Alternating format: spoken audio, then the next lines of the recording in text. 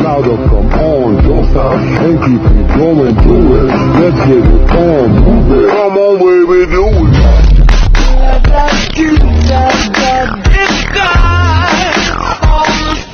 Assalamualaikum warahmatullahi wabarakatuh.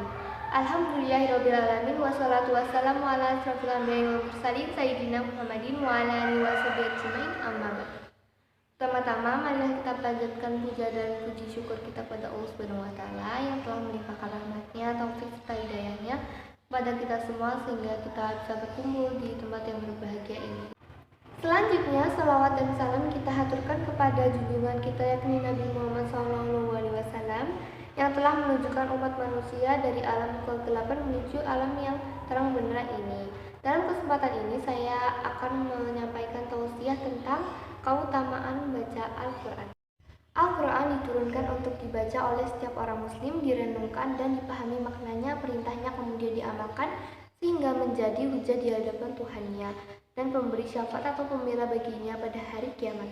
Allah Subhanahu wa taala telah menjamin bagi siapa yang membaca Al-Quran dan mengamalkan isi kandungannya tidak akan celaka di akhirat dengan firman-Nya yang artinya barang siapa yang mengikuti petunjukku ia tidak akan sesat dan tidak akan celaka. Surat At-Taha ayat 123.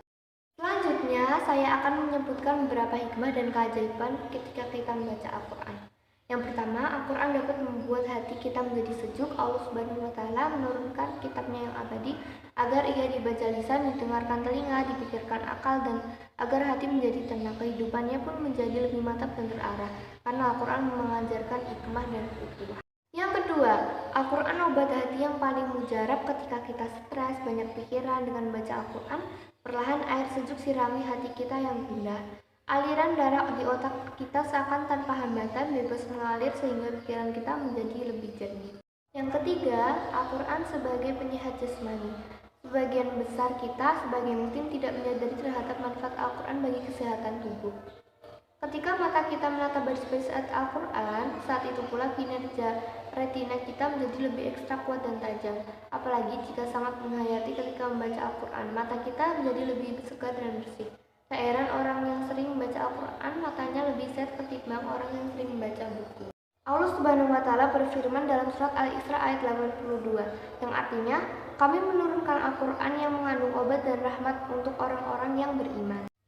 Sehubungan dengan itu, kita sebagai umat muslim yang telah dibekali dengan kitab suci Al-Quran sebagai pedoman hidup, karena dengan Al-Quran itulah kita mendapat petunjuk menuju jalan yang lurus dan benar, jalan yang diridhoi, dan jalan yang dapat mengantarkan manusia mencapai kebahagiaan yang hakiki di dunia dan akhirat.